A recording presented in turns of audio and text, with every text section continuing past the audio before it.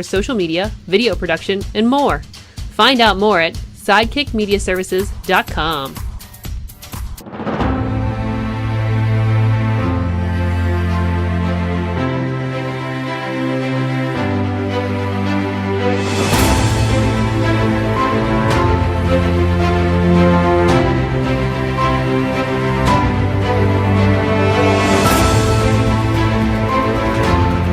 I'm Eamon. I'm Merlin. And we're a gay. And his NB. Are you a reality television connoisseur? Do you like it discussed from an LGBTQ lens? If so, A Gay and His NB is the podcast for you. Hear us break down all your favorite guilty pleasure reality shows from Bravo, Drag Race, and just about everything in between. Listen to A Gay and His NB on Apple Podcasts, Spotify, or wherever you listen to podcasts.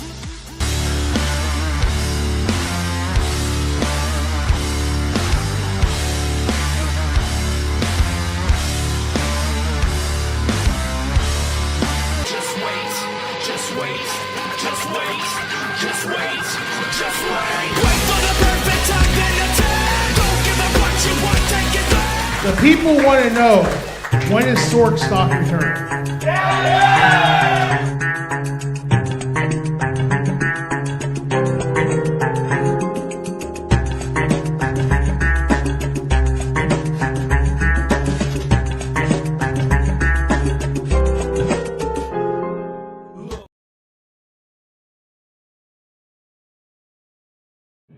The Wrestling Mayhem Show. Since 2006, the pioneer in pro wrestling podcasting.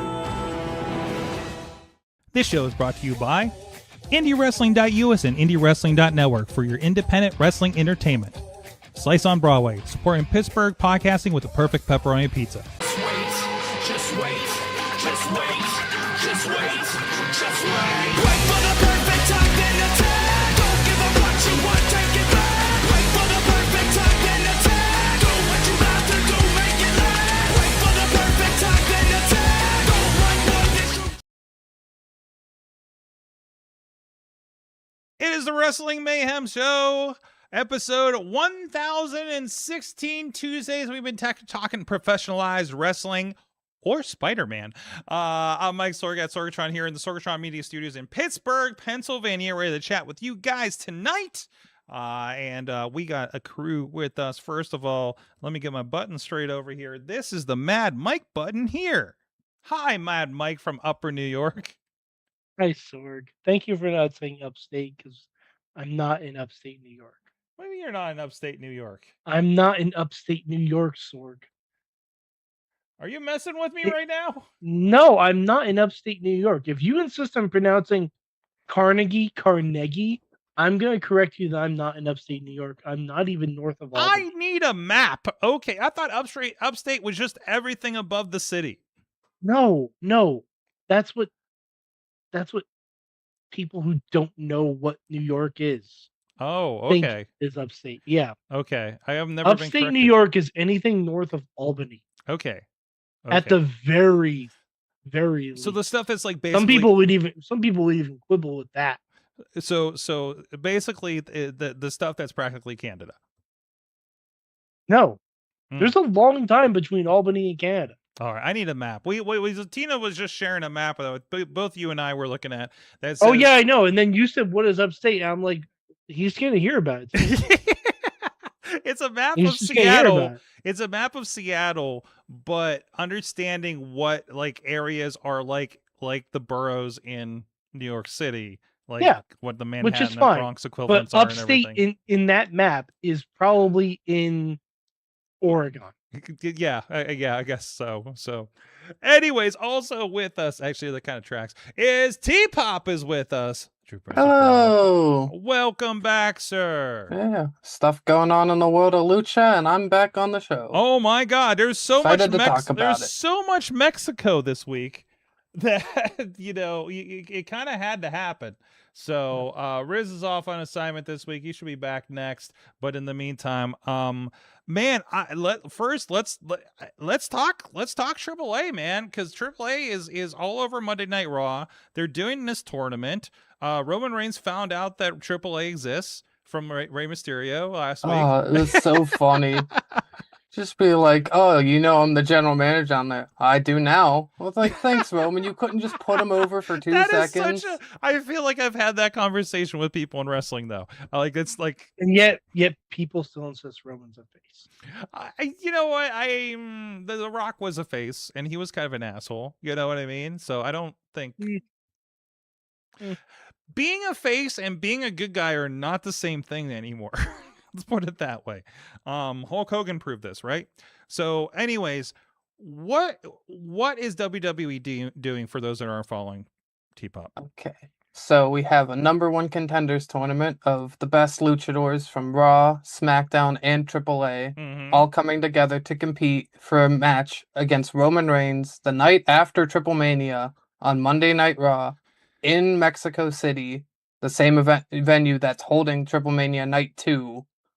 So we got Penta and Laredo Kid, Psycho Clown and La Parca. Then it's El Hijo de Dr. Wagner Jr. versus Dragon Lee.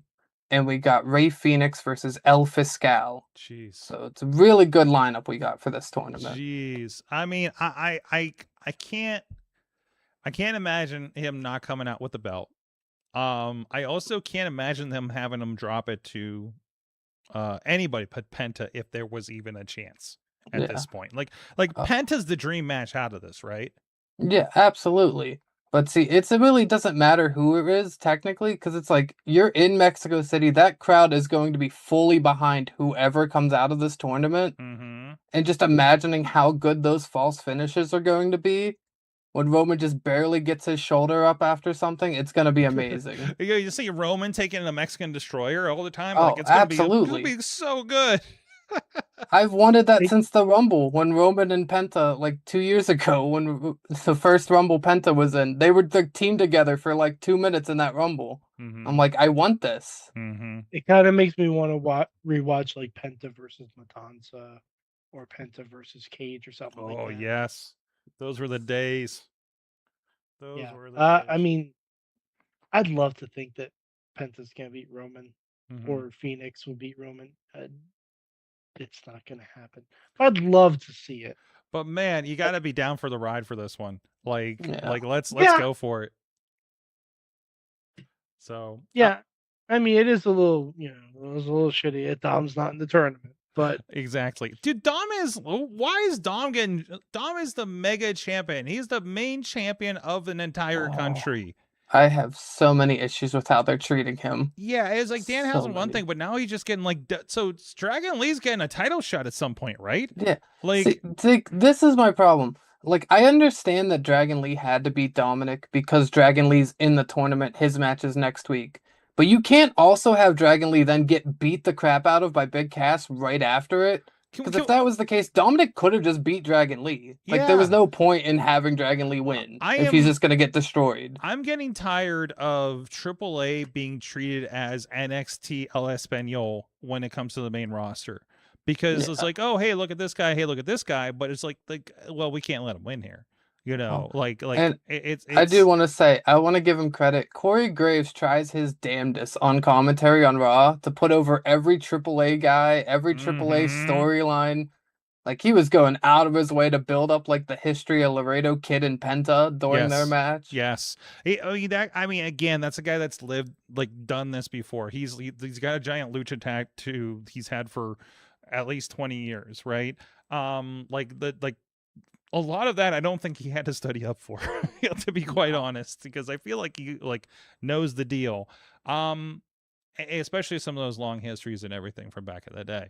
So no, it was good. And seeing him correct, seeing him correct Cole for one of Dragon Lee's moves or something like that, it was really fun to kind of see that. I just wish, man, I don't know if you're noticing this, T-Pop, but when I say that the AAA commentary is phoned in, I mean it's literally physically phoned in, and you can tell. And it's not getting better. See, I feel like I'm one of the only people who disagrees with that to an extent. Like, I can understand where you can tell, like, Ray and JBL, like, they're usually the issues where it's like they're not in the same room, they start to talk over each other. And it just seems like Ray's like, I need to say something. Let me get that out. But like my thing is like, because people are like, oh, it doesn't seem like they're as passionate or whatever because it's phoned in.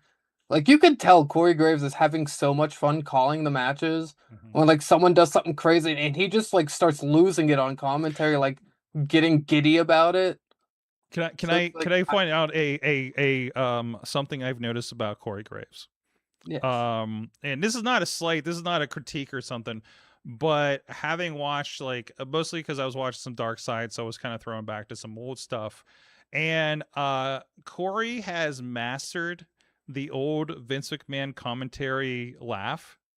Yes. Like that fake laugh to go along with whatever JBL or Cole said or something like that. Yeah. That like, haha, that thing that he does. He has his version of it, right? But I'm just like, I'm listening to that, and it's like I know he's been doing it for a while, and it's been popping in my ear a little bit. And I'm just like, that's the Vince laugh. Like, and I think he does it as a placeholder, right? In a similar way to old Vince matches. So have you been noticing that? Is this? Yeah, I just feel me? like it's just like he needs a way to react Yes. to specifically on AAA when it's JBL like trying to make like a joke or something. Because like Corey Graves totally keeps everything seriously and he's trying to tell all the stories, and then something gets thrown in and he's like he doesn't want to ignore it.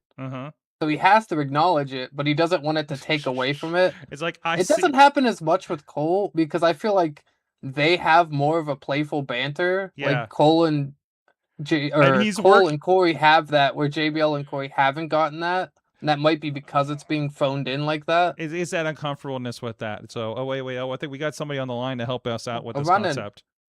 I hear someone stealing my laugh. Ha!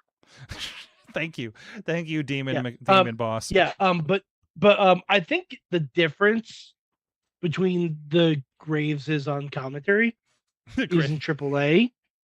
He's play-by-play.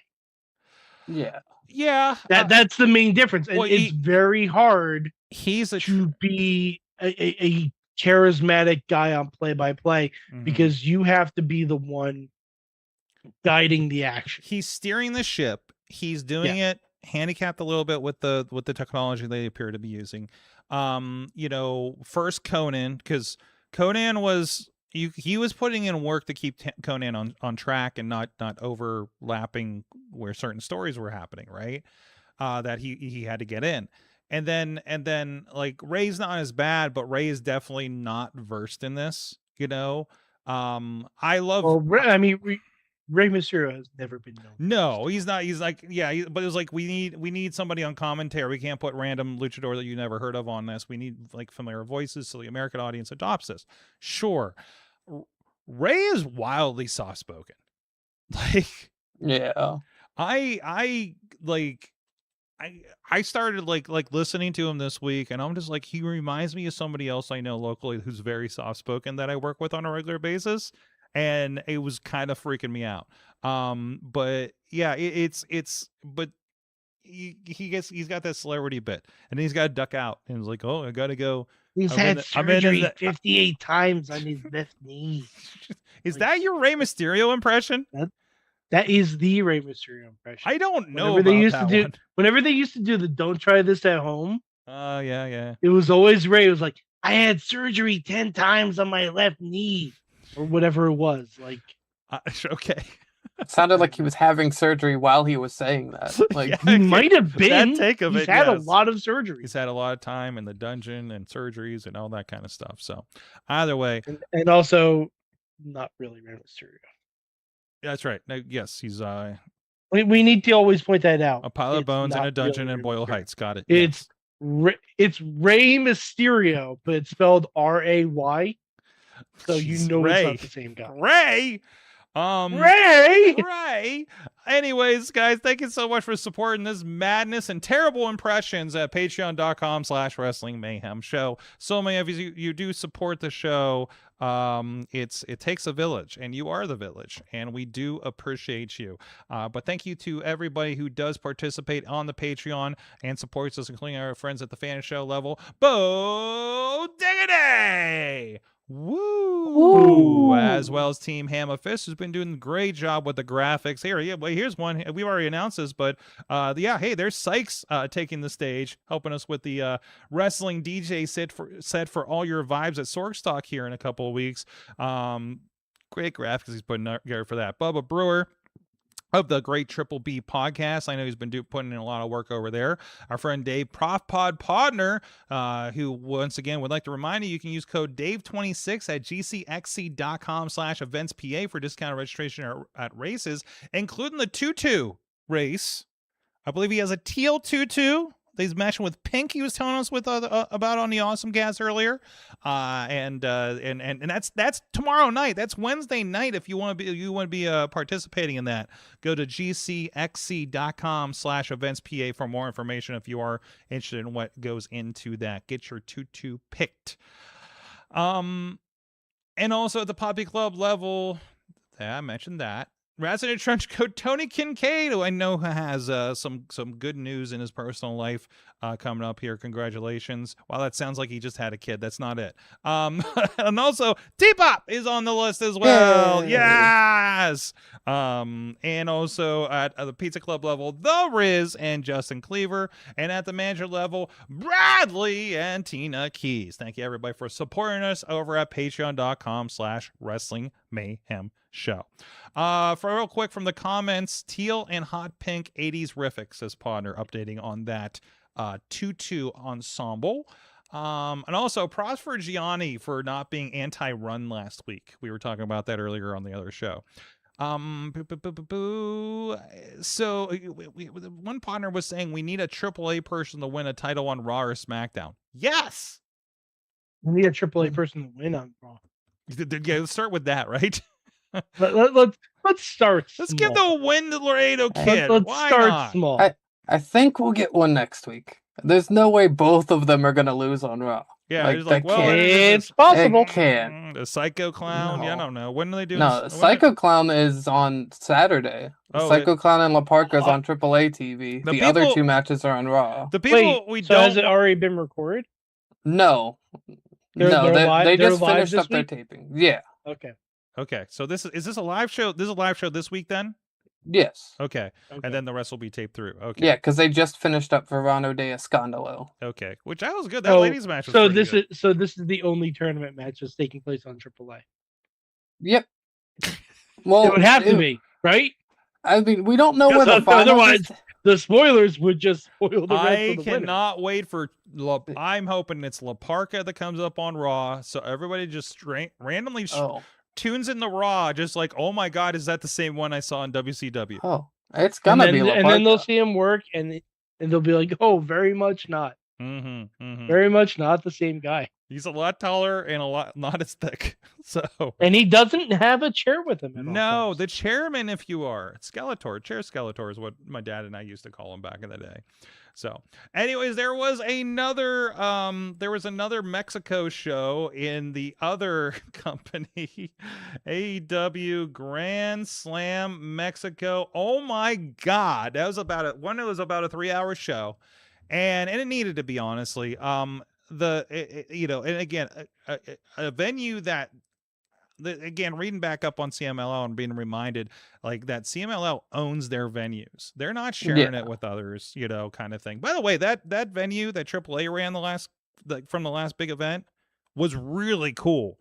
I was so confused when like the first episode happened because it was later. So like when Dom and El Grande had their tag matches, it was obviously later. When the second week happened and the matches were before that, and it was bright and sunny, I was like, "This looks like a different venue." Oh, we've had some. I was so confused at first. I was like, "Wait, this is a part of the other taping, right?" Yep. Like that venue looked so cool in the light. It was like they had stands. It was stands on one side and they had a giant window on the other side. And it was very circular. I don't know what usually happens there, but it was a very cool thing. It seems like it was more of a concert venue, maybe. But but he was really cool size. But anyways, back to the AEW thing. Like, man, the crowd was crazy for it. The crowd was singing all the songs. Edge had a great moment there. Adam Copeland, excuse me. They love them some cope. Yeah, he do love them. One thing it left on his bucket list, apparently. Absolutely, and he's going to do Maple Leaf Gardens coming in with Maple Leaf Pro. I have notes on Maple Leaf Pro as well, by the way. So, but. But I am enjoying it. I watched 2 episodes of it, and I got a Psycho Mike match. I'm good. I'm loving. I want a body slam. Absolutely, that's right.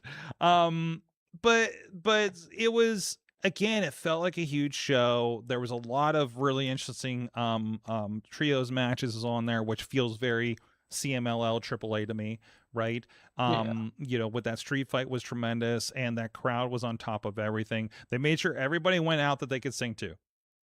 So again, feels like a pay-per-view. They left enough space in there between the 2 shows that they could do something big like this. So, but not a big, like, there wasn't an AEW title match or anything like that. But still, I thought it was really fun. We got new trios champions, which I really liked. I love the team of Bandito, Brody King, and Adam Page. It's such a fun team. Yes. Him wearing the sombrero and says, "I'm pretty sure I'm going to get in trouble with this or something." Yeah. But no. I mean, there's only so much they can do with Hangman because he can't go for the world title. So yeah, no, that's fine. But he can have fun with the rest of the roster and do other things. Like that's fine. The MJF's just going around with his old belt, saying I'm still a champ. So we'll see how long that goes. I wonder if he's going to defend it at the big show or not. Oh, that's right. He's in the Casino Gauntlet Battle Royal thing.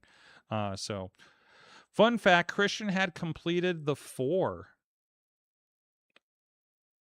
Christian had already hit up the bucket list that Edge has. Is that what I'm reading here?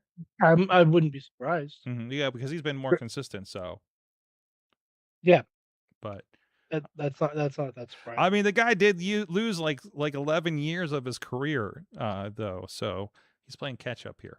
But I don't know. Anything else stick out to you from that? I'm just glad we had a reason to have Hechicero on a team again. One of my favorite luchadors that pops up.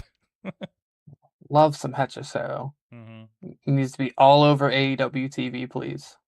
Yes, absolutely. So. They and again, I know this was a part of a week of shows with CMLL. They had a pay-per-view, I think, from Friday. That was the Grand Prix show, the Grand Prix match, which Aubrey got to be the referee for. I think it's the first time a woman has done it, and I understand this match went for 73 minutes. 73 minutes. Yes. For this thing. Can you explain to us, T-Pop, because I cannot, I saw the poster, I saw some spots from it. What is the Grand Prix match? So, if anyone remembers back in the Chikara days, they used to do a Cybernetico match. This is an 11-on-11 match. And so, say, I start the match off for our team, and I tag in Mad Mike. I have to go all the way to the back of the lineup, and then the rest of the team tags in before I can get back in the match. So it's literally like a baseball field. Like, you're up to bat, you're the next one up. You tag in, you tag back out, you're all the way to the back. But you have to eliminate everyone on the team, and then if there's still members on your team left, you fight each other, because there's only one person can win it. Wow. So you have to eliminate 21 people. That feels like the you ever hear the War of Attrition match that they did in Warrior Wrestling? No, I'm not familiar with that. I think it was like a 6-man. No, it had to been like an 8-man or 10-man tag. And this is how Ospreay lost the Warrior Wrestling Championship.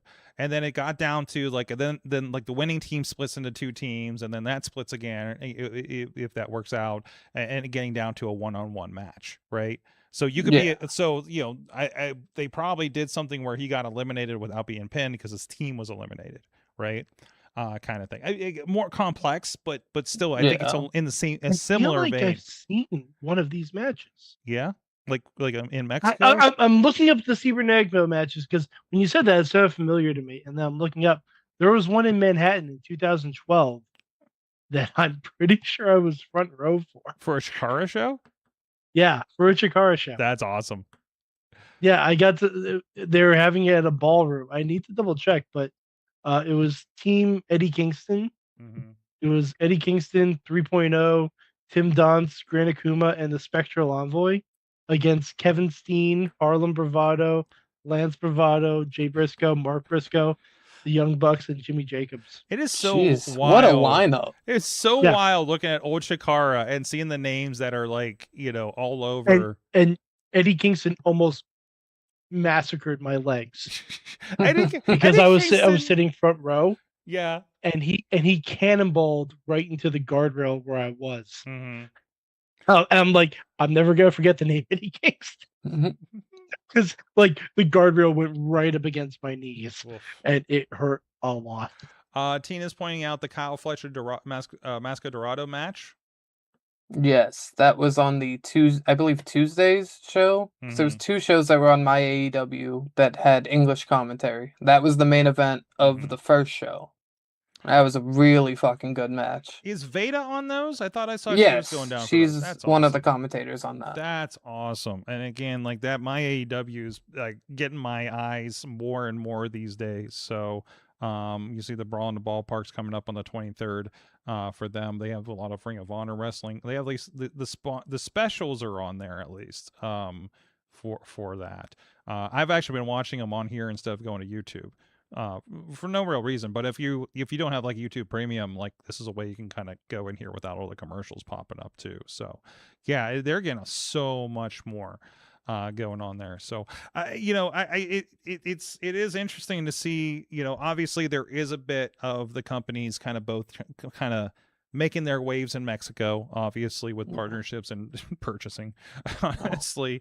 So with that CMLL Grand Prix, there was like 5 companies being represented in that. I know. It's tremendous. And they're also like, we talk about AEW is the challenger brand, the Pepsi to the Coke here in America. It's the other way around for Mexico because my understanding is AAA is still the secondary to CMLL. In size and scope and company, right? So presumably they're WWE's trying to light a fire under them to take on CMLL. They probably were, I don't know, flailing, but they probably were struggling a little bit to keep up in comparison, right? Yeah. So yeah, from my understanding, I think it was like WWE tried to buy CMLL before the AAA purchase.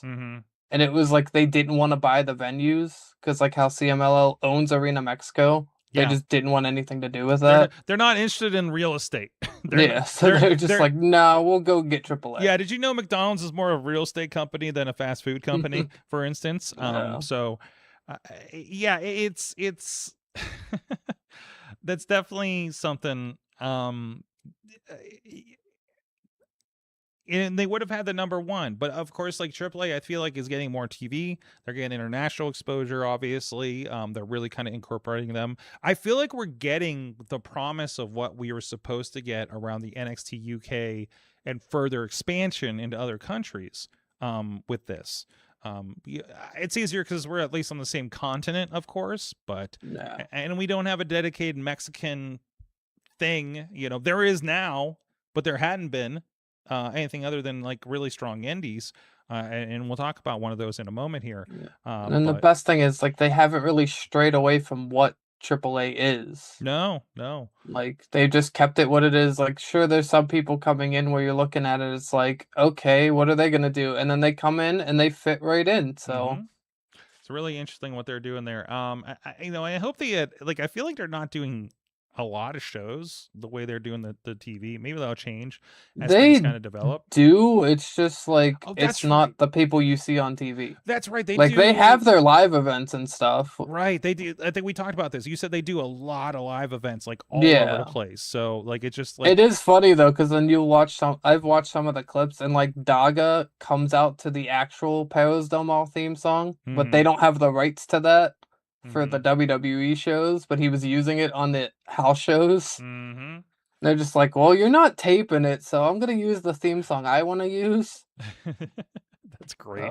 But anything I've seen from them, they're really fun. So awesome. Well, hey, we're going to talk about another country here in a moment, but in the meantime, I want to take a moment to talk about what's going on at IndyWrestling.us. First of all, big show this past weekend. 2PW Summer Showdown went down, where we have a new top prospect champion. You can go look on the post, or you can watch it over at IndyWrestling.network or on YouTube to see who ended up with the championship. Interesting developments happening there. A lot of belts were defended on that. Not only the 2PW Anarchy Championship, which, by the way, I did not know the lights out match meant it was a blindfold match. Oh my God, that was amazing. That was I did not know it was a blindfold match until CJ started handing them the hoods. And I'm like, I literally am turning to Marshall. I'm like, is this a blindfold match? And some guy named John is in it? At some point, I don't know if you saw this, T-Pop. I presume you did. Oh, yeah, I saw it. Some guy named John did the most beautiful top rope elbow drop that would have made both Macho Man and CM Punk so proud. So proud. To nothing, to no water in the pool. Absolutely no one. But God bless him, he got a replay of that elbow drop. That was so beautiful. It was tremendous. I did not know I was going to get that joyful of a match. That was for the 2PW Anarchy. They had the Pit Fight Championship. Runaway defended it in a 4-way tag team match. The NWA JCP tag team championships were on the line with Troublemakers against Gianni. That was here in the studio, and Gorgeous Gregory. Of course, we revealed to him his opponents here live on the air because they had changed because the Wise Guys with their RWA titles couldn't make it. But hey, there you go. But no, always a good fun time. There is a show this weekend on Friday. This will not be live, but I will have a camera there for us to have up on IndyWrestling.us. If you go to PittsburghWrestling.com, we have updated our calendar so you can get an update on exactly what's going on.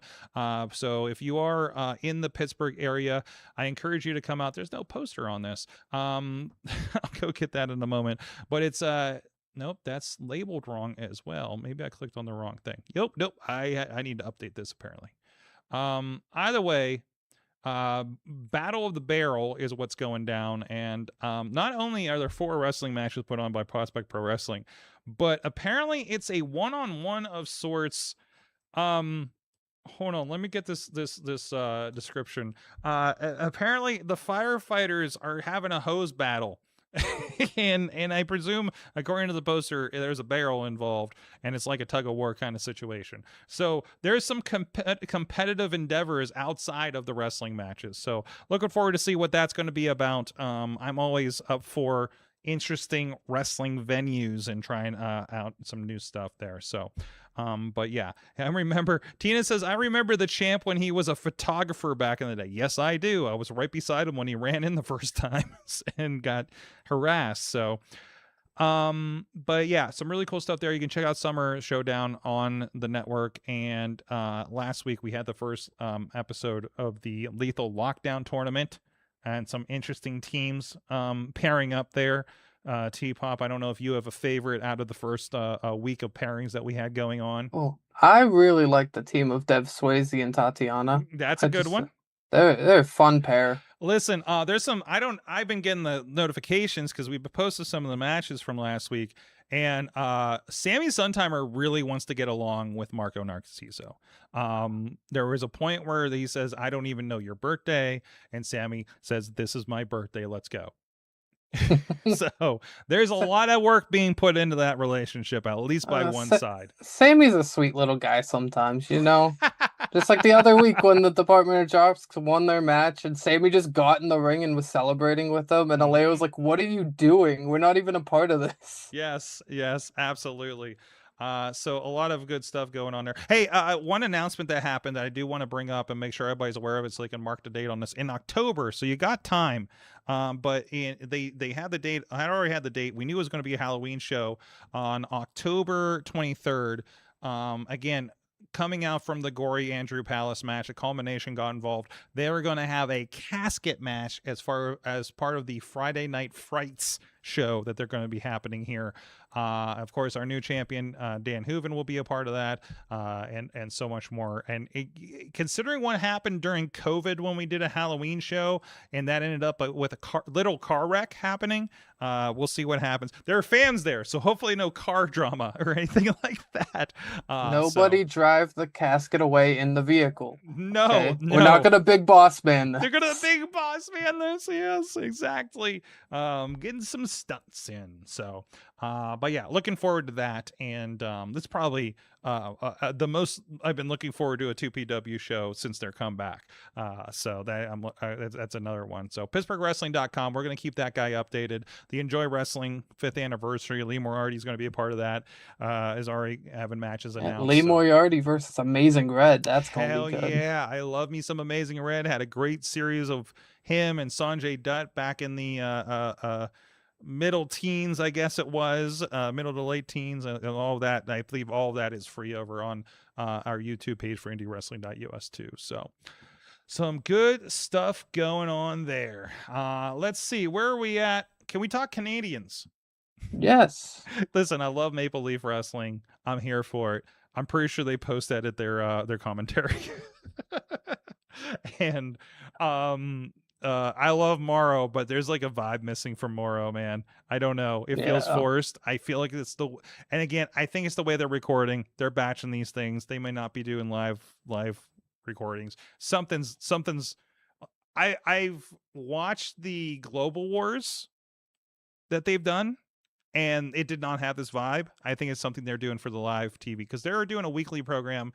It looks like similar to what AAA is doing, because they are like the only Canadian company broadcasting on Canadian television, TSN, right now, to my knowledge. Well, I guess AEW would be right up there, but I believe so. I believe they have a deal up there. And TNA, I'm sure, is on Fight Network or something up there too. But yeah, this is it, and this is I feel like the reason we have Maple Leaf Wrestling as a TV product is because of the void that WWE left behind. Because remember, all of the WWE programming went to streaming, and I think in about every case, Netflix. Right? That's right. They have the pay-per-views there as well. All the shows, SmackDown, Raw, NXT, and that, and they put the Saturday Night's Main Event on YouTube because they don't have a Peacock in Canada. So yeah, I think that void left a gap. TSN carried Raw for the majority, I think, of the time, right? So to see this kind of like movement here, it created an opportunity for them to kind of put their own Canadian company on board, and I think that's great to see. A lot of people from AEW are part of this thing. So again, another decent partner. Obviously, they're partnering with them, doing the Global Wars with Ring of Honor. So I just continue to love this, propping everybody up that AEW seems to be doing with their relationships. Yeah. Yeah, and even like MLP, they have relationships with CMLL as well, considering they had Mascara Dorado was on an episode recently, and Rohan Raja, who's in MLP, was a part of the Grand Prix down in CMLL this weekend. Yes. Good stuff there. You know, it's also crazy. You know, I think they're still running with this. MLW is one I've not been able to get into for the longest time. Not a quality of product. It's just kind of like it's just hard to put another one in there. See, I've been enjoying MLW. Like, I've been getting back into it. My problem is it is so far behind that Baron Corbin is still the tag champion down there. See, that's what kills me on NWA, because I'm watching tapings I know happened like 5 months ago. And it kills the expediency of wanting to watch it. Like, I'm almost to the point I want to just tune in every week and fast forward until I see somebody I want to watch, like, you know, namely friends of the show that I want to see how they're doing on TV. And it's like, I don't want to be like kind of like rag on it, but it's like, it's not, and that's not bad. It's bad for me. It's not bad for the general wrestling audience, but it's just like, I don't know. I agree with this idea of immediacy. Like, I understand doing one show and getting 3 weeks of tapings out of it.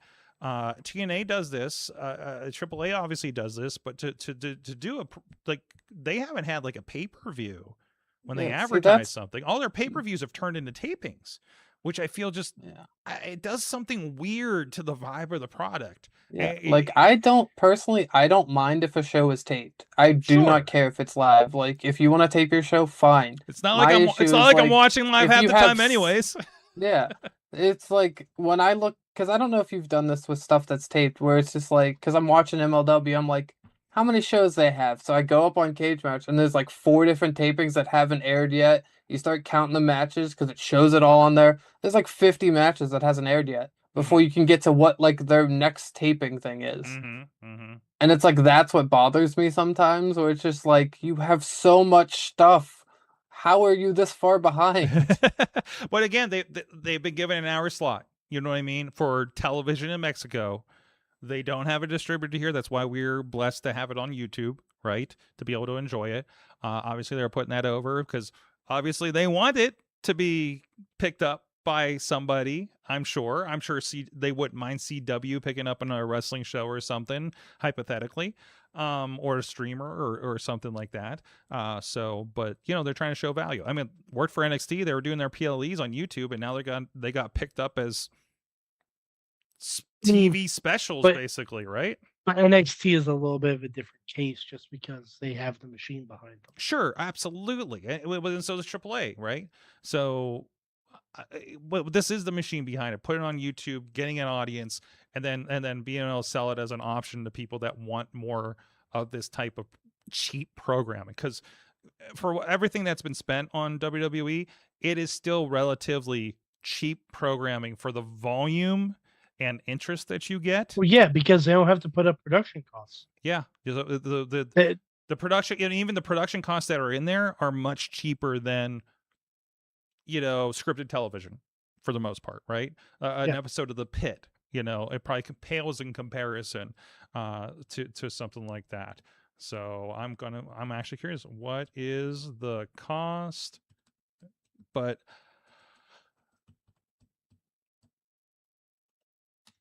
dead air. Well, I'm finishing that thought, but yeah, when people say, I don't understand, why it's everywhere, because remember all these channels turned from whatever they were about before to everybody doing reality programming for the most part.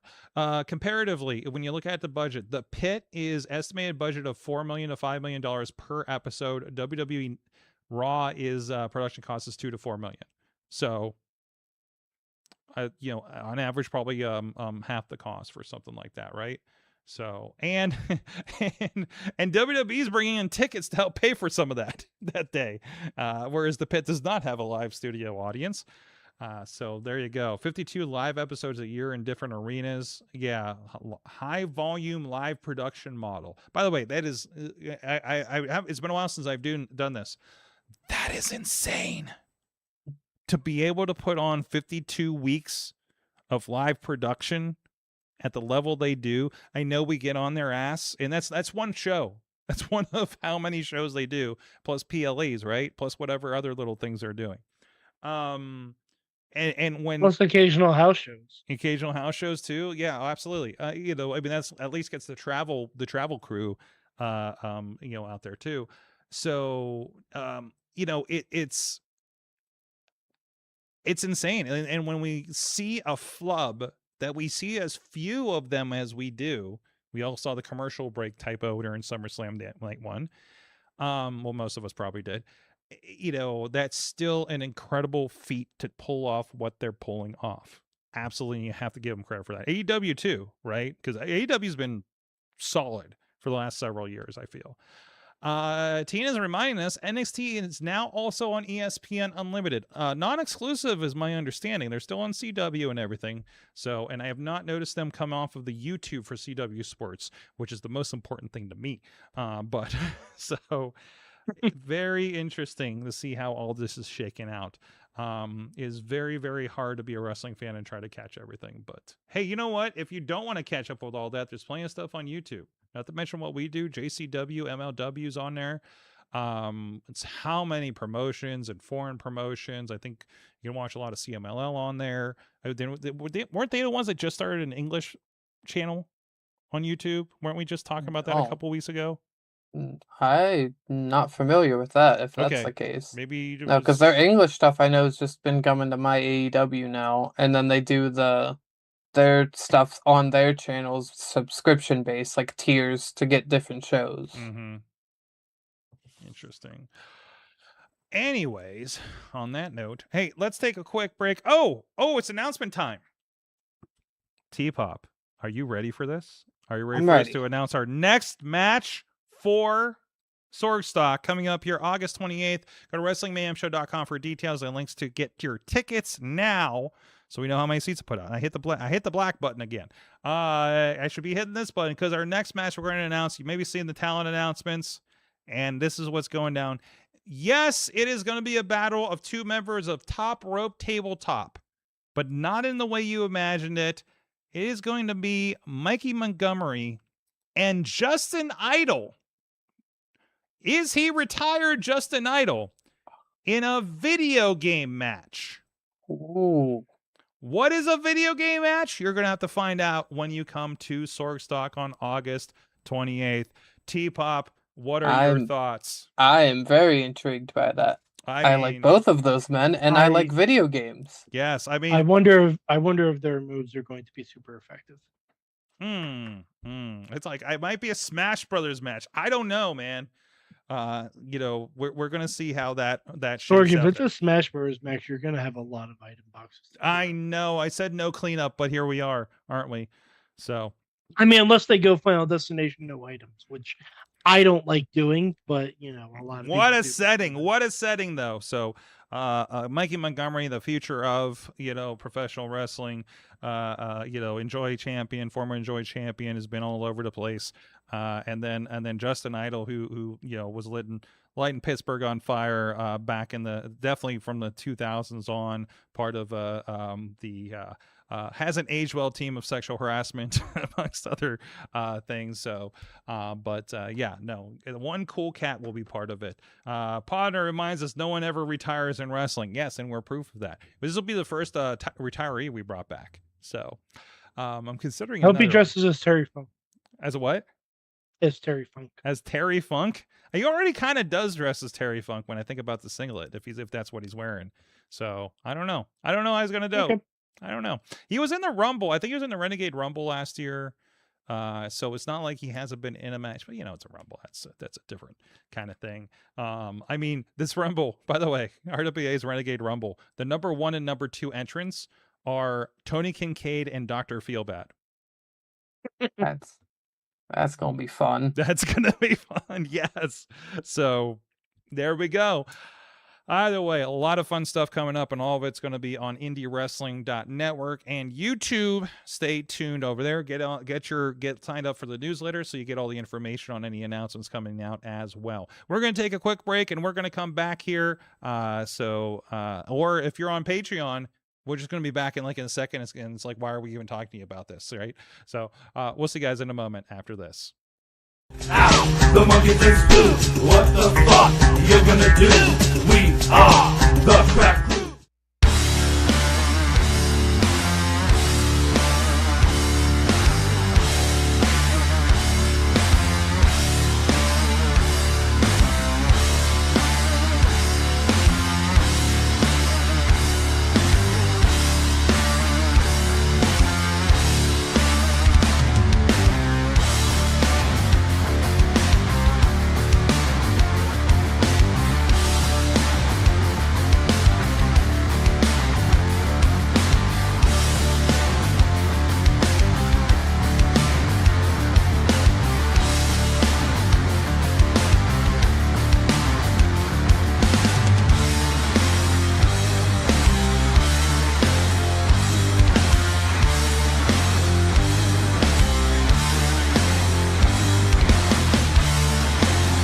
For social media, video production, and more. Find out more at sidekickmediaservices.com.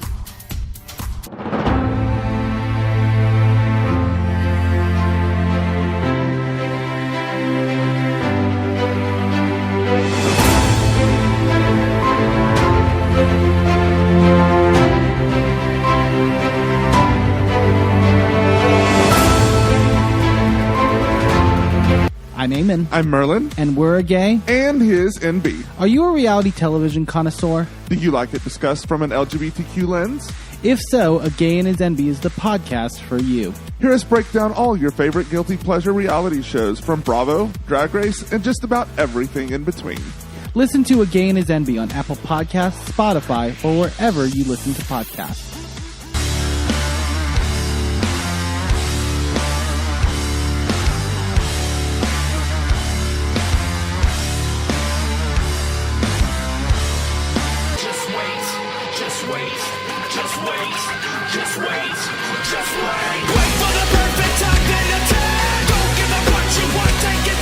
The people want to know, when is Sword Stock returning?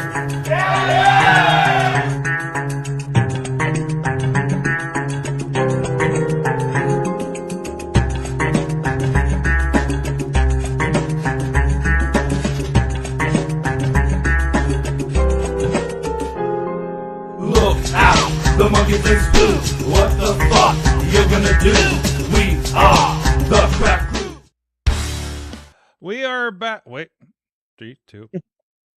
We are back, Wrestling Mayhem show, and we got, of course, Mad Mike hanging out here, not in upstate New York, and also not in upstate New York because he's more local. Is T-Pop, True Prince of Persia. I'm also not there. We're just here, man, on the internet talking about professionalized wrestling. But we need to talk about. Oh, I just brain farted on everything we were about to talk about here. I had a good transition. Sorg, my shirt. Yes. Fight my Owens shirt. Fight is my reminder. Yeah. Kevin Owens and CM Punk. Yes. Talk Owens talk. Mm-hmm. Just I said it when I had friends over for SummerSlam. You said it last week on the show too. I think I said it last week on the show. Mm-hmm. I'm gonna say it again. Just have them talk for 5 weeks. Yes. I don't need any punches thrown. In fact, I prefer it. Just let them talk. Let them cook. And get the cameras as close as they can to get the non-mic'd up parts. Mm-hmm. Have you seen the transcripts from those? No. There's a part where they just don't have the microphones and they're getting closer and closer to each other and they're just jawing and CM Punk is getting irritated that Kevin Owens is just smirking at him. Mm-hmm. And I'm like, yeah, that sounds about right. Yeah, that's the thing you do. That's the thing you do. Oh my. Yeah, I love the part where the commentators are, well, these guys do history and we've been instructed not to talk about it. Mm-hmm. I'm okay with that. I was like, okay. Because let them tell us about their history. So I know two things. The thing that came up after this, because I didn't know, and then of course everybody's sharing stuff on the internet about, and it's Kevin Owens talking about apparently there was a thing where CM Punk said, oh, you wear a shirt because you're lazy or something like that, and then Owens wore a singlet, came back and said, are you happy now? And Punk took that the wrong way and it became some heat. The other thing that Wait, hold on. Are you saying CM Punk maybe has thin skin? Oh, I don't know, man. I don't know. And then I'm listening to Meltzer today. And by the way, I'm not one of those guys that pays for the thing and listens to Meltzer. Meltzer's in my fucking TikTok feed, okay? Him and Alvarez. And by the way, Mike, sometimes when I hear Alvarez go off about something, he reminds me of you a lot. I don't know how to take that. I don't know how you should take that, honestly. I don't know how to take that. So I don't know how to take that. It's a thing. It's a thing. I just wow. I don't know if I like it. It's that sounds like something because he was going off about something. I was like, he seems really off base on this, but he was really adamant about it. I'm like, oh, I know this vibe. That's a Mad Mike vibe. Oh, but he was wrong. That's not me. That's very different. I'm right. There's a difference. Oh, we gotta get the two of you in a Zoom room together. See what happens. No, what cooks. no, thank you. See what cooks. Okay, you and Meltzer. Let's do it. Nope. No. Mm-mm. So either way, Nope. No. I'm sorry. If that man can't give Kurt Angle a 5-star match, he doesn't have a valid opinion. Repeating maybe bad information through the Meltzer lens. The story goes that this is around when Punk left WWE, and there was the lawsuit. And as part of it, he had decided to sever ties to everybody that was his friend in WWE, including Kofi, man, including like the bus mate, the road wife, Kofi, and I guess Colt was asked to do the same thing as part of this, since they did the podcast together, where he really kind of railed on everything that he had a problem with, right? And I guess on a loop or something, Kevin and maybe Sammy came through Chicago. They met at a coffee shop, pizza place, or whatever, and that's where Punk had like the fit and breakup with Colt Cabana, which led to all the issues. Which later down the road led to all the issues happening in AEW that we know or don't know, right? So that's the other version of this, and of course, like, you know, allegedly Owens is, and of course, how much of this has been patched up since they've been around each other for the last 2 years since he came back, and such and such. And knowing Phil, probably not. Who knows? You know what makes him okay with the relationship? Money. So, and he's in a good spot for that. And this fight will be money, and we will be happy to do it. So, but yeah, you know. So that's where we're at with that, whether you believe it or not. Either way, that little tinge of realism is going to make this so much better for the next several weeks. I can't wait until Kevin Owens brings up that he had CM Punk's dream match at WrestleMania, and CM Punk never could. Oh yeah, we're holding on to that one. I can't. That's gonna be there. We're holding on to that one. And he's gonna say that I main evented WrestleMania before you did. Like, it's all coming, and I'm very excited. All the burns, all the sick burns that are so real, so true, and so real, right? So, but and unfortunately, some sad news. Have we heard the prognosis from Chelsea Green? Who is this irony that she broke her orbital bone, which is the reason why I believe Rhea is also out? No, Rhea had surgery on her leg. Okay. So that's So Rhea had her orbital bone like 2 years ago. That's right. Yeah. Okay. And she wrestled in a War Games match wearing a mask. Yeah. So I'm optimistic. I think the mask comes back if it's not any more severe than it was that time, right? So then it can dance. She'll probably need a couple weeks off to heal. Yeah. And then she'll be like, I don't think she's gonna have to give up anything. No. Which is good. Because if Liv Morgan can go, and you know I love Liv Morgan, if she can go 100 days without defending her title, Chelsea can go a couple weeks. Yeah. I missed the monthly rule that they used to have, the 30-day rule. The Sorg, that went away in COVID. I know it went. Well, yeah, there was. It went away before that with Brock, but yeah. Tina's reminding that the title match is going to be on SmackDown in Toronto in a few weeks. So I think the 21st, if I'm not mistaken. So yeah, something tells me that's not going to have a finish. Dude, you never know. Dude, how many times have we said that? And we've had title changes, dude. I mean, there is. I know. I was there for one. There is the whole Sami Zayn of it all floating around the feud as well. So yeah, but I think this is different. When's Johnny gonna get up? He's never getting up. When's Johnny gonna get CM up? Punk said in that backstage thing, "Oh, I'd give him a shot before you." At that point, Johnny, get up. Yeah, You're like, "Oh, I could get a title shot." Is Johnny just sad because he sees how much fun Tommaso's happening and having in AEW right now? I think Johnny is perfectly happy to collect a paycheck, laying on a box, lay in a box for 6 months and get paid his full-contract. Give me that contract. That's fine until somebody. I'll take it. That's fine.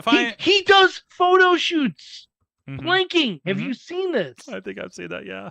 He doesn't even have to stand for photo shoots.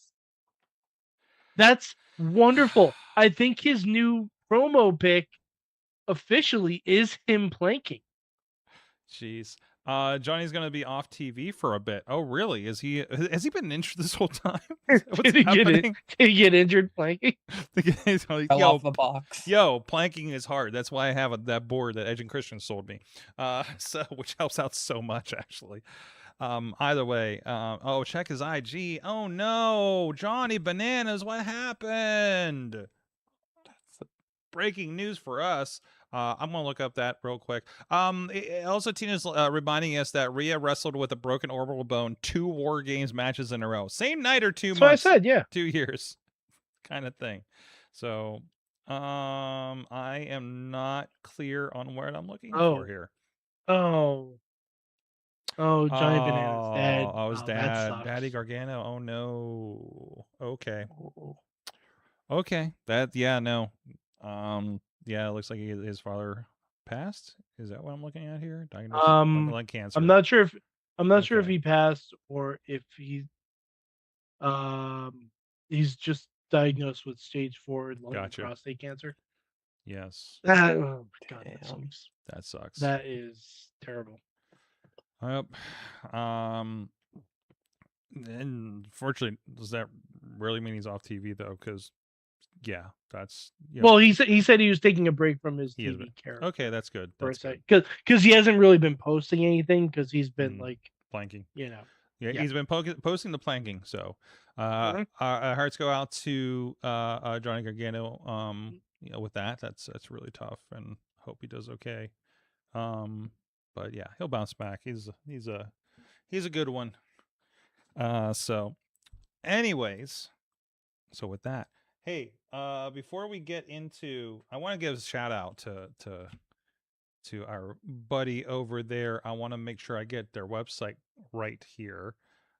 Curtis over there, with Falcom Digital. God, where's my thing at? I can't find my websites. That's what she said. Excuse me. It's in the Edge. That's right. So shout outs again, Falcom Digital Imaging. You can check that out if you're curious and want to inquire on these. That's Falcom with the M digital.com, because I got handed something. I realized I had something I was handed before. I shared the ad for these, but I got my my stack of 2PW trading cards. And we've had Rise, we've had RWA. We have a smattering of these in the back over the years. And I know I've picked up a few in the past. So it does these awesome cards that are high quality of our local favorites here. There's David Lawless, there's Tad Jarvis, there's Don Murphy, there's the Rev Ron Hunt once again with these cards. Some other people that we haven't had on the show yet. Dennis Gregory, an old favorite. I'm holding these way wrong for television here. So you gotta learn you gotta watch. Good. The Count, really? The Count. Mark Charles III is on this. Are you serious? He gets a card. Where's my card, bro? Zach Nystrom. Where's my parade? So, Bronco McBride. Oh my God, Andrew Palace. Some good stuff there. They were selling these at the show. I presume they're going to have them at future 2PW shows as well. But if you want to get some directly, you might be able to contact them over on FalcomDigital.com. And I never pointed out, because remember we every March we have the kids in to talk about this event, and there was a pack that he did this year for the Pit Fight 2026. And by the way, the proceeds went to Cauliflower Alley Club. Let me give a shout out to Prospect Pro Wrestling. There was a show they did a couple months ago. I think it was Risk and Reward was the title. It's free on all the platforms. It was a fundraiser for Cauliflower Alley Club between Pit Fight, that show, some other things that they've been doing behind the scenes to raise some money around professional wrestling in Pittsburgh. They announced that they're going to Vegas for the annual meeting of the Cauliflower Alley Club, and they will be giving $10,000 to the fund that they have for helping retired wrestlers with medical bills, things like that. Because as we know, a lot of them, did not find themselves in a good situation post wrestling. We've all watched Dark Side. But yeah, in that set, this is what it kind of looks like for the Pit Fight one. Like some of the match graphics and stuff are converted into cars. I think are kind of fun, and some other people, even our buddy Kyle Harper, the president of the club that always joins us every year, has a card. So that was a kind of a cool thing that they got to put together for that. So yeah, check that out. If you go to a 2PW show, They may have some trading cards, or RWA might have some too. So I forget if they did a set for that or not. So somebody tell me somewhere along the line too. So, but yeah, give it a shout out there. Malcolm Digital Imaging LLC, Curtis Stevenson, life member of the Cauliflower Alley Club. They keep talking me into signing up. So I thought it was for wrestlers, but I don't know. We'll see. Anyways, real quick, let's give a shout out to our friends, sliceonbroadway.com. If you want to go check them out. Wrestlers I know just accidentally find themselves in the stories apparently and text me about it, which I do appreciate. There's New York City style yins are made, supporting Pittsburgh podcasting with the perfect pepperoni pizza for about a decade and a half at this point. So thanks to those guys for supporting the show. Podner was on the Awesome Cast earlier and he found some Slice on Broadway pizza sauce at an Italian market. I forget where he said he was. He probably told me in the chat room. So, oh man, I dropped the card as some guy named John card randomly. There you go. Oh, geez, brawl change. Anyways, I forgot that I gave him his name. That was brought up this weekend. I mean, he is your son. What? We watched the Mayhem show 20 years. He's your son. Am I gonna have to deal with this again at Sorg Stock? Oh my god. Sorg, you're definitely going to. He hasn't even been invited. Well, he wasn't invited the last 2 times. Hey, Sorg. The summer is a great time for families to get together. This family? I'm just saying. It's like, that's mathematically impossible, right? Sorg. I would have been like... We live in a world where John Cena was Archer's childhood. I would have had to been like 7. All things are possible with Nestle Quick. I don't think that means what you think that means. Okay. I think it means exactly what I think. I don't think that means what you... The Io Biola Market. It sounded better when you said it than me reading it. So, either way, I'm going to put this some guy named John. I'm going to put my son's card away. Either way. Guys, let's find out, what did you learn from wrestling this week? Oh, who would like to go first? Okay, I got something. Okay. So this week I learned something very good from AAA TV, and that's the best way to debut a guy from NXT that's never been on NXT TV is to just turn him into a crazy monster who tries to kill people. So if you didn't see it this week on NXT or on AAA TV, Drake Moreau from WWE LFG debuted on AAA TV by attacking Psycho Clown and ripping off his mask, like the face part that peels off, just peeled it straight off, then choke slammed him onto a steel chair, and it was one of the craziest debuts. Is the It was looking very Luchasaurus-y. He was a little bit, like a little bit of a Kane thing going on. I gotta get out of here before WWE issues a takedown on me, but you got the idea. Yeah. So, yeah, again, it looks like a Kane-like thing, or I feel like this is something that would have popped up in JCW, perhaps. So there you go. And looks like might be an item with Roxy. So yep, according to this, so. Very, very cool. So yeah, no, I thought that was once again, Judgment Day stays winning. There you go. Yes. Absolutely. I need to pull something up for this real quick. Are you ready to go there, Mike? Yeah. Go ahead while I set this up next up. I learned it's a great week for Tater themed wrestlers. Tater themed wrestlers. Oh yes. Tater themed wrestlers. First of all, I saw JBL going nuts over an indie wrestler I was unfamiliar with, but the man called Tater. He's a giant guy, wrestles like Vader, and comes out to the ring with a microwave on his head. Oh my God! Really amazing. 15 out of 10. I have 0. Hold on a second. It's Tater time. I saw this picture. Mm-hmm. I did not get to see the rest of the context that you're talking about, but this is the picture that's been going around at JBL with. No, he wrestles like Vader, and he comes out with a microwave on his head. Big man Tater. Can we book him? I know right now that VCW is trying to book this man. Sorg, I want him against Beastman. I want him at my show. Like, what is this rate? Sure. Listen, Sorg, you can probably find out. I still need to find an opponent for Brianna Bands, and That's a dream match right there. So somebody give me Big Man Tater's travel rate and everything, and we'll see if we have a budget for it. I'm looking. You're gonna DM him? I really love the idea that you fly in this guy of all people for the show. You're like, I want Big Man Tater on my show. Let me fly him in. I think that's gonna be my next like concept for the show. Like, obviously, Brianna's like the first one that we're bringing in. That's like an out of towner for the most part, right? I know Cowpoke technically he was a last minute booking to fill in for a main event, and I just think of him as a local guy. I don't realize he's coming in from where he's coming in from. I don't want to blow up his spot on that because I don't know if it's public, but because everyone just thinks he's a Pittsburgh guy because he's fucking here all the time, right? But I think in the future events I'm going to have one person, like one dream, like we're bringing that guy in, let's do this kind of thing. And it's gonna be Big Man Tater. And this time is Big Man Tater. Sorg, what are you doing on the he's a 28th, fellow Big Man podcaster. Tater? What's that? He's a fellow podcaster. Is he seriously? Yes.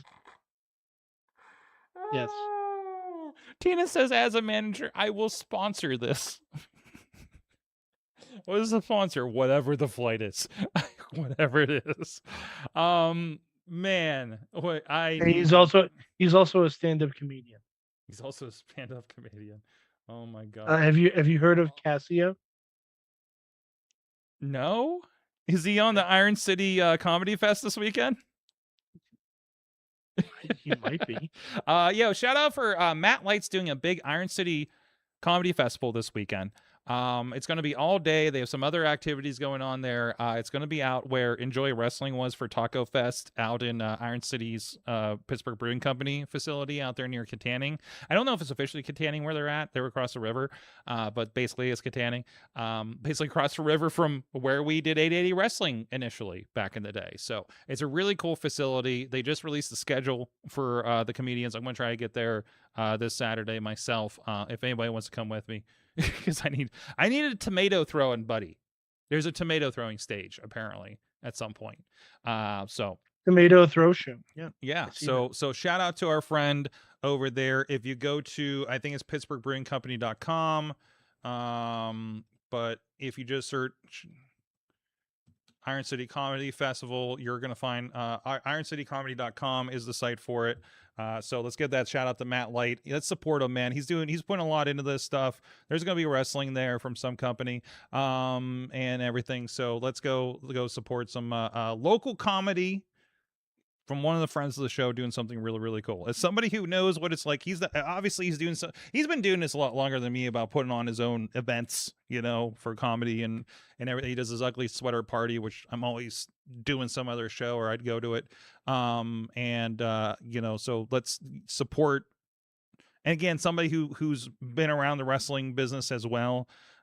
So we talked to him a lot about his involvement with Blackcraft Wrestling back in the day, here in this show, for instance. So I just want to make sure, he's doing something big. He's doing something cool to help improve, and celebrate that community, the comedy community here in Pittsburgh, and make it bigger and grander. And I haven't seen anything on this scale, honestly. And that's really, really cool to see him doing this. So, and he has a lot of really cool projects. So, go out there, support him. If you're not a fan of Matt Light's comedy, good news. There's a lot of other stuff going on, but support the fact that he put this thing together too. So, but yeah, really cool thing going on there. IronCityComedy.com. And Sorg, to also go off of my my Tater themed wrestlers. Yes. Tatum Paxley debuted on SmackDown. Thank you for connecting that. Very exciting. Thank you for connecting that. Oh boy. Yo, there's some videos of Tatum Paxley like putting on the weights. I'm seen this? So excited. I'm such a big Tatum Paxley mark. Uh-huh. Such a big Tatum Paxley mark. And the fact that she's in and Alexa's kind of spooky. Mm-hmm. I think by Halloween we will have a spooky Charlotte. And I'm very excited for this. Yes. I feel like they're going to give her a spoopy makeover. I'm here for I'm it. very excited. Here for it. We'll see what the post Wyatt spoopy is happening there. Tina's in the chat room, has two things. Learned that happy 16th anniversary Mercedes. I believe that's 16 years in wrestling, if I'm not mistaken. And also the Who Runs the World show ran by MPX Wrestling, which I believe Athena is involved in, out of Texas. Their card is stacked.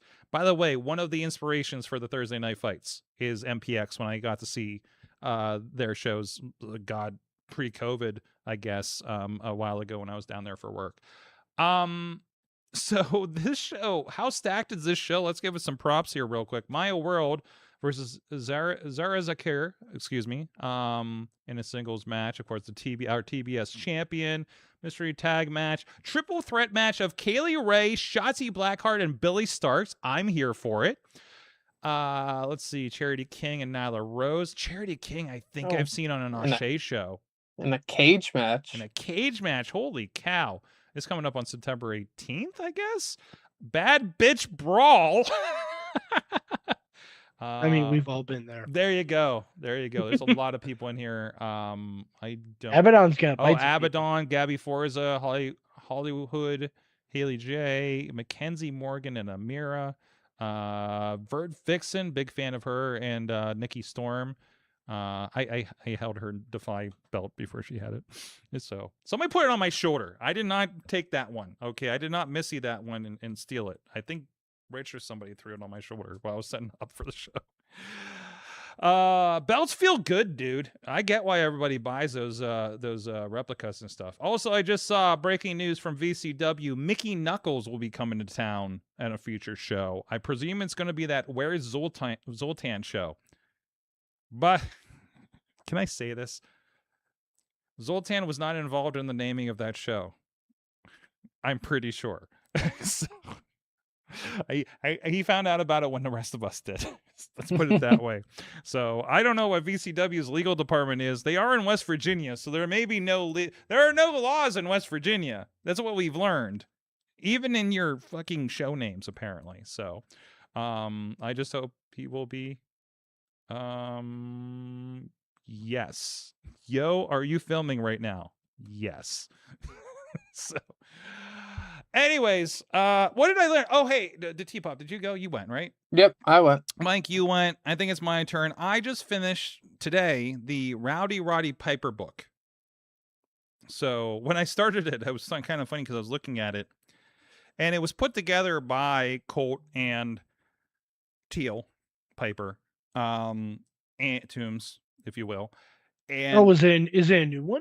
Yeah, well, it's the one that they put out. It's the one that he was working on when he had passed. So it's a few years old, but I just finally, it's been in my list for a while. I finally got around to it. So now that I'm done with Dungeon Crawler Carl and any adjacent books, I'm going back into my feed today, lately. So, there was two things. First, when I was starting it, I realized Danny Moe was here a few weeks ago. I was like, yeah, like the person you slapped in slap fights is a co-author of this book I'm starting right now. That's weird. And of course, I always think about, especially when they're talking about some of the stories of them, especially around the early, early to mid teens, 20s, teens.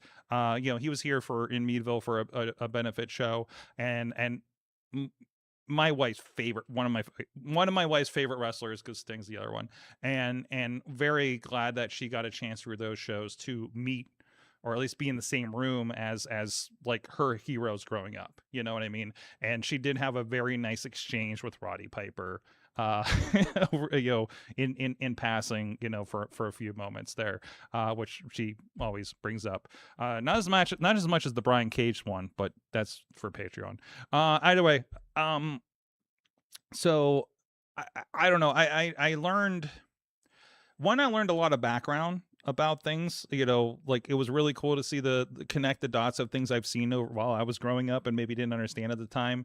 They do talk about the Bad News Brown match, faux pas, and they do talk about the backlot brawl. They talk about all of his big matches, and also you do have to take it with a grain of salt, because even self-admittedly, he, as we kind of saw kind of portrayed on Legends House, which was brought up briefly in this, he kind of started like creating the character Roddy Piper so much that he kind of forgot who the real person was. And this was an effort to reestablish those stories and put them down, which is what ended up being this book, kind of thing. So it's I learned a lot. I can't give you one specific thing off the top of my head, but it was really nice to kind of see that again, somebody that I was very, one of my favorites, growing up and everything too.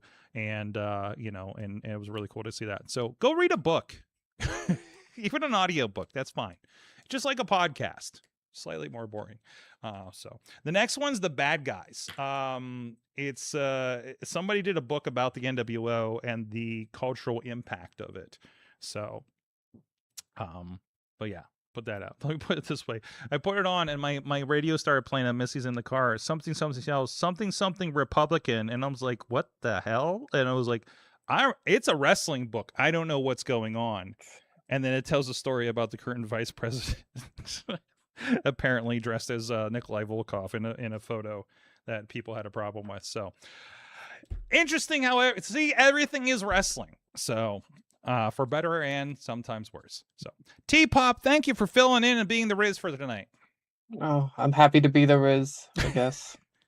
So you're like our backup. You're like our backup Riz. What we need Riz. Every time I've been on the show lately, Riz hasn't been here. I'm starting to think he doesn't like me. Hey, you know what? We haven't seen you and Riz in the same place. I'm starting to think you've locked Riz in the basement. I would never do that. Just because my friends in the Department of Drugs may have taken him at one point, I would not hurt the Riz. I think he's just saying he's very abductable. I think he's back there in one of those masks on your shelf like fucking E.T. That would terrify me if Face came out of one of those. Not if you're the one that set it up. I think he's in that Psycho Clown. No, I look up sometimes because when I buy these masks, sometimes you'll see like the pictures on like eBay and it's the faces have little eyes on them, like they draw them on, and it drives me nuts because I look at it, I'm like, this thing's looking at you. Why would you want that? I don't want that. Is this staring at me? It's just like when I was gifted the Roman Reigns stand-up, cardboard stand-up, back when we were still in the basement studio at the house, and late at night, little ominous in the basement, right? And I'll turn around and there's just a big dark figure because it's Shield era, Roman. The big dog. He's the big dog. He's in the entranceway now. Everybody sees Hollywood Hulk Hogan and Roman Reigns when they walk in here, so they know what the hell they're getting into. So I literally had a state representative come in here last week, and I know the first thing they see is Hulk Hogan. Set the fucking tone, guys. Not what you want. Yeah, exactly. We've had a lot of people who are now in Congress in this studio, actually, now that I think about it, over the years. So for various projects and things like that. And one King George. Guys, thank you so much. Mad Mike 4883 is the other dude here. That's me. There you go. Yeah. In not upstate New York. Follow me on Sorgatron. Like I said, I'll probably have some pics and stuff from adventures this weekend between 2PW, that, and I'll probably go to Kennywood again because that's what I do all the time now. So see you. Hey, come by Kennywood Sunday. I'll be around. Sorry, just meet us at Sesame Place. I'll meet you. Oh, I've always listen. As a kid, I always wanted to go to Sesame Place. So, although I hear you have adult monies. I do have adult monies, but don't I need a kid to get in there? Can I borrow your kid? I probably not. Do you have a kid loaner program? Oh man, no, I don't think so. Okay, we'll see if we can work that out. So, yeah. Either way, guys, thank you so much for being part of the Mayhem Nation. We'll see you guys next time. Mayhem out. Just wait, just wait, just wait, just wait. Wait for the perfect time, then attack. Don't give up what you want, take it back. Wait for the perfect time, then attack. Do what you This show is a member of the Sorgatron Media Podcast Network. Find out more at sorgatronmedia.com.